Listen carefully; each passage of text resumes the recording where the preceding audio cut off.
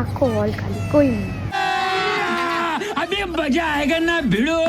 મસાલો નહીં ખાતી લે, શાંતિ રાખો. અમદાવાદથી હવારમાં નીકળી પડી ગાંધીનગર જઈને જોયું હિંમતનગર જવાનું હતું તે બસ સ્ટેશને તો હા એટલી ભીડ એમ થયું કે બસ મળે કે નહીં મળે. પછી અમે તો પહોંચ્યા લોકેશન અને બાપા 11 વાગ્યા હતા પણ ઓવન ફોટા પાડવા હતા. આ ફોટા પાડ્યા પછી અમે તો બેસી જઈએ એસી મઠનું થવા અને પછી અમે ગોઠવાઈ ગયો અંદર અને પછી વધુની એન્ટ્રી થવાની હતી તો બધું જોયું હોય તો હાલ જોઈ લેતા.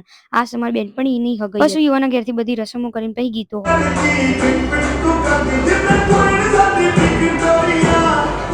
અને રસમ તો થતી રહે પણ મારો જીવ પહોંચ્યો તો મેન્યુ મોકો ખાવા મળશે કે નહીં મળે. કાયદેસર જે સુગંધ આવતી હતી મારી બેનપણી ફોનમાં મારી જ રીલો આવતી હતી અને બસ જીવનમાં મારો કોન્ફિડન્સ આટલો જ જોઈએ છે. કાકા ગમ વચ્ચે બે હું એકલી ખાઈ પછી આવી ગયા હતા વર ઉર્ફ મારા જીજુ અને જીજુએ તો ત્યાં જઈને મારી બંને કરમની કઠણાઈઓ તો એટલી કે મારો વારો એને ડીશો પતી ગઈ. પછી જેમ તેમ કરીને ડીશો મળી અને પછી મેં આવી રીતે થાળી પહેલી વાર આવી રીતના મેં આખી ફૂલ ડીશ ભરી પણ ખરેખર ખાવાનું એટલું જોરદાર હતું ને કે ડીશ જોઈને તમને ખબર પડી જાય. અને મારા જીવનમાં કદી રસમલાઈ નહીં ખાધી હોય ને એવી મેં જલેબી રસમલાઈ ખાધી.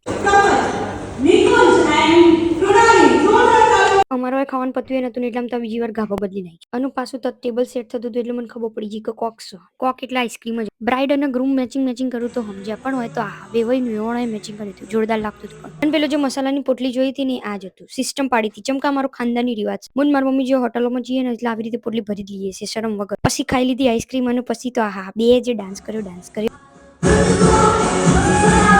અને આખા ઇવેન્ટમાં બધામાંથી મને જો ગમ્યો હોય ને તો આ આંટી ચમકા મારો ફેન ફોલોઈંગ નીકળ્યો હતો. સારું પતિ જો આમ ઘેર જઈએ છીએ. Bye bye.